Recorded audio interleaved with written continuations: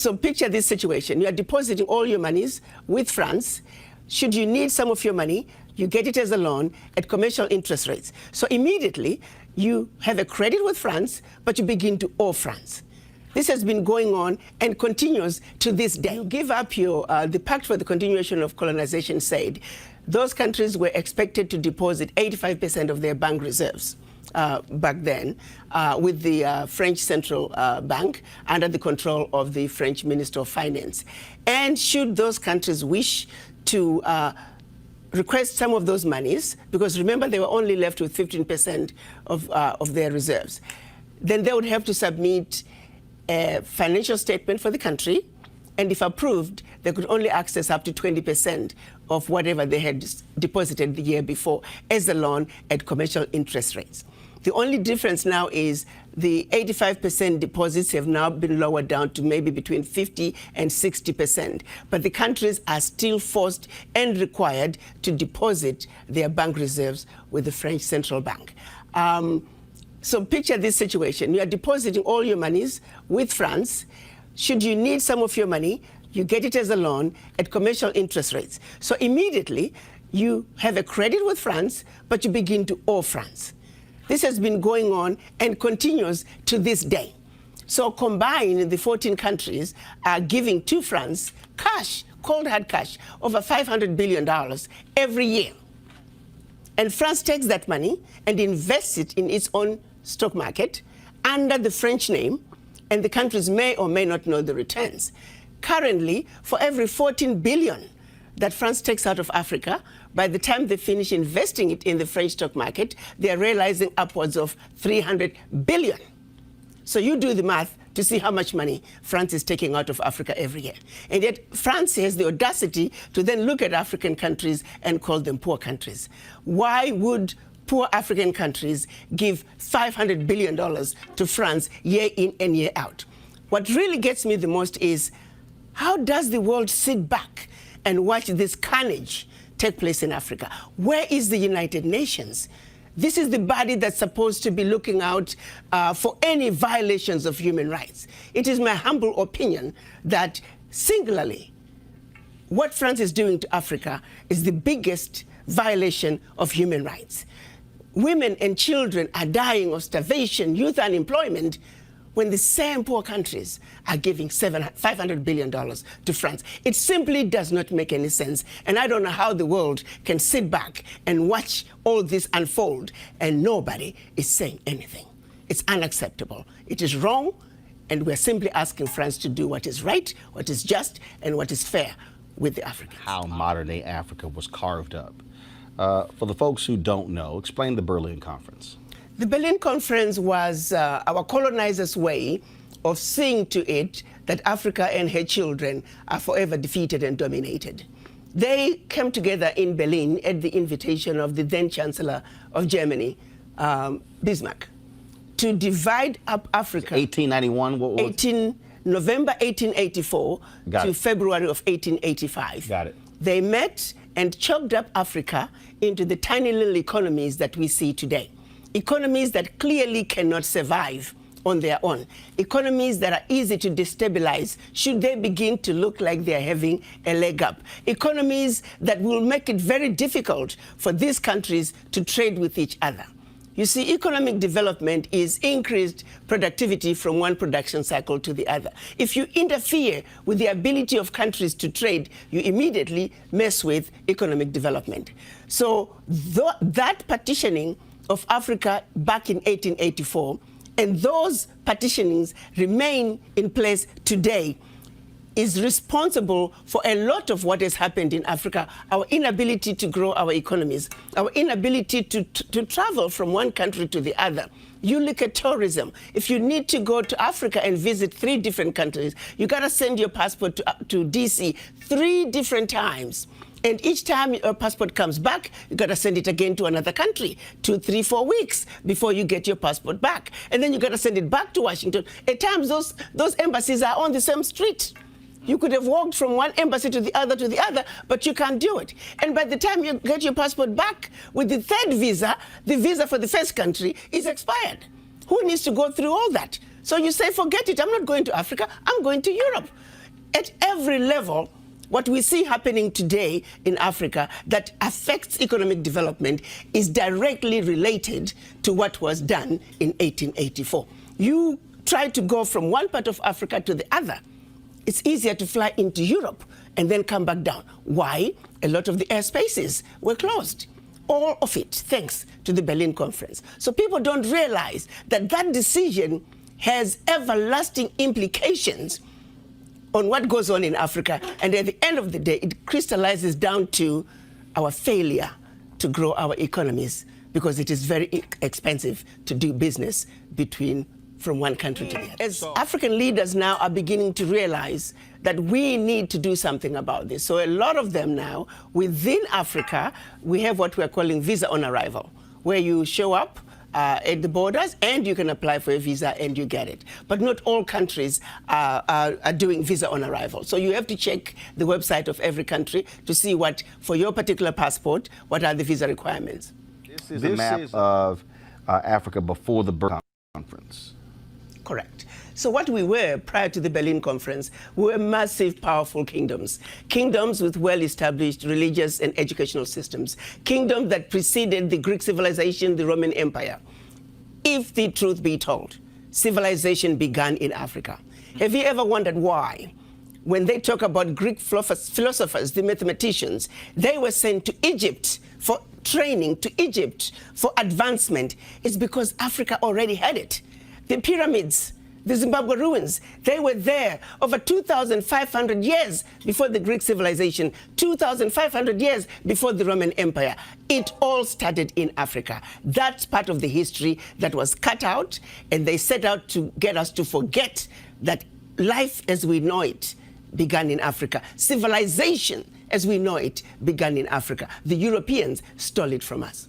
Well, let me say, over the years, we have had some heads of states who have tried to pull out of the pact for the continuation of colonization.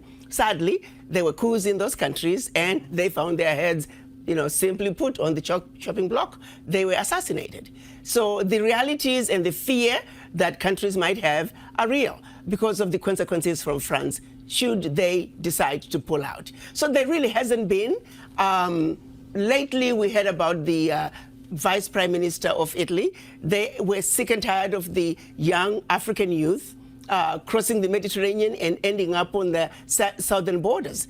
And so they challenged France and said, listen, next time we receive these refugees, we are going to bring them to France because you are the one who's taking all those funds out of Africa. That's why African economies cannot develop themselves because of what France is doing in Africa. So, but there hasn't been a coordinated effort to really say, France, enough is enough. You have got to stop this. And I think, as a black woman, as a mother, I'm at a point where I've had enough. What would that and something needs to be done.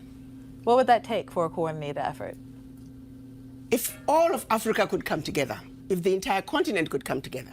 But our reality is, because of the stronghold that France has on Africa, France can destabilize any of its former colonies with the push of a button.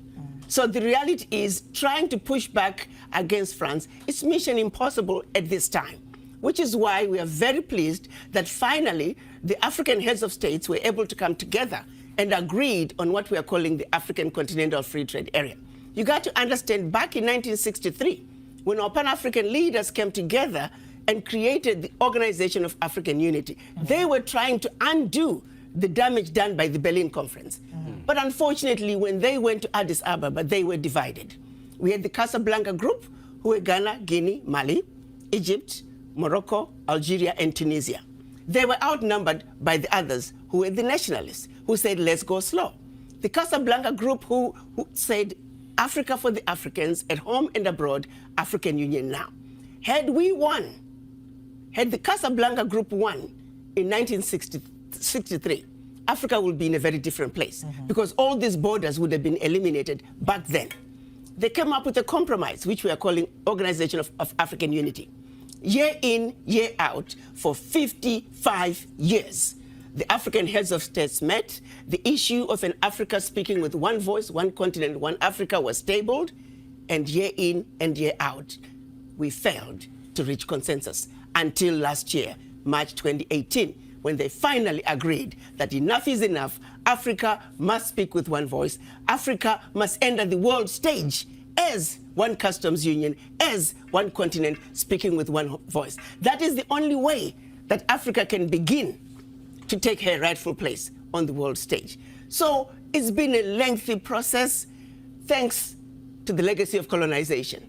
It seems to me that this should have been a slam dunk. It's common sense. But because of interferences from former colonizers that just kept getting in the way. You look, for example, now West Africa is trying to have the West African echo and have one currency for West Africa. Even that process, it has taken decades because they keep getting interference from outside. So yes, efforts have been made, but not in a coordinated way because of influences and interference from the outside. France was mostly involved in coups that took place in its former colonies. We've had a total of 67 coups on the continent, and 26 countries were involved. And of the 26 countries, 16 countries were former French colonies. Hey, I just wanted to just mention very quickly, this is a lot, it's overwhelming. Yes, it is. And thank you for your bravery and even speaking out. Yes. But one of the things that I was sitting here and I was actually going to the comments, and I guess I don't have a question as so much as a statement. The education that you're giving us, you know, I've never really considered the Berlin Conference. I've never considered. That's crux of it what all, set too. all this in motion. Yeah. Yeah, I mean, I've really never considered that, but to hear you really just give us that timeline and the parallel to what's happening here on the mainland in the United States as far as European influence, and to hear what's going on in Africa and the things that have kept the African citizens, the motherland, have kept them behind, the money, the $500 billion, to France and things like that. It's a lot, but I could listen to you all day. I should say that. But the parallel that I'm really just, if we read these things in history books and we talk a lot in politics about, and a lot of people don't want to hear it because they say, well, that was a long time ago.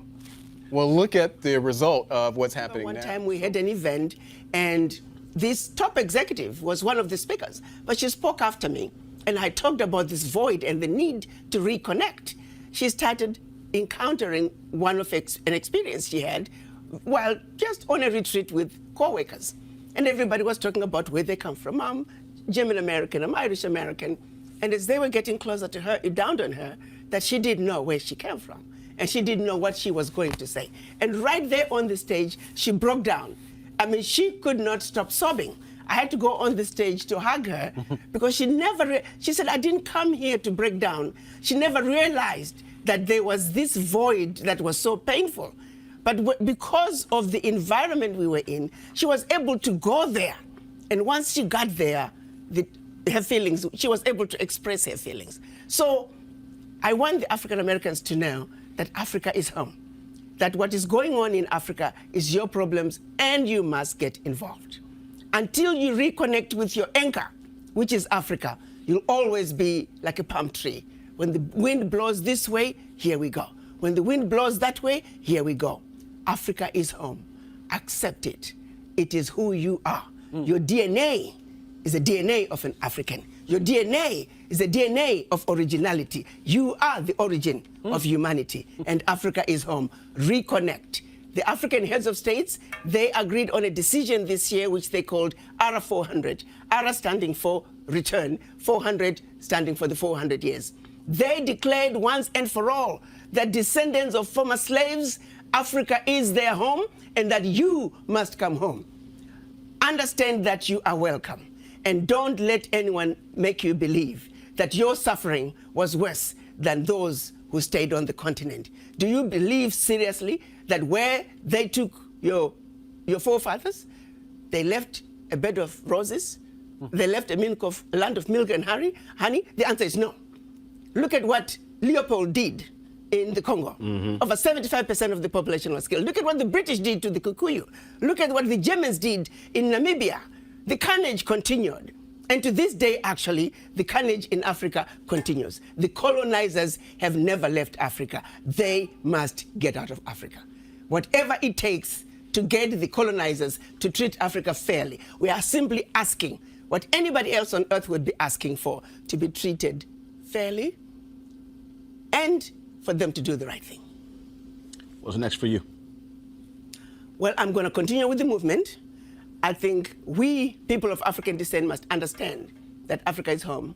But my priority is to see to it that France abolishes the Pact for the Continuation of Colonization. We, the poor African countries, can no longer continue to give billions of dollars to France. That has got to stop.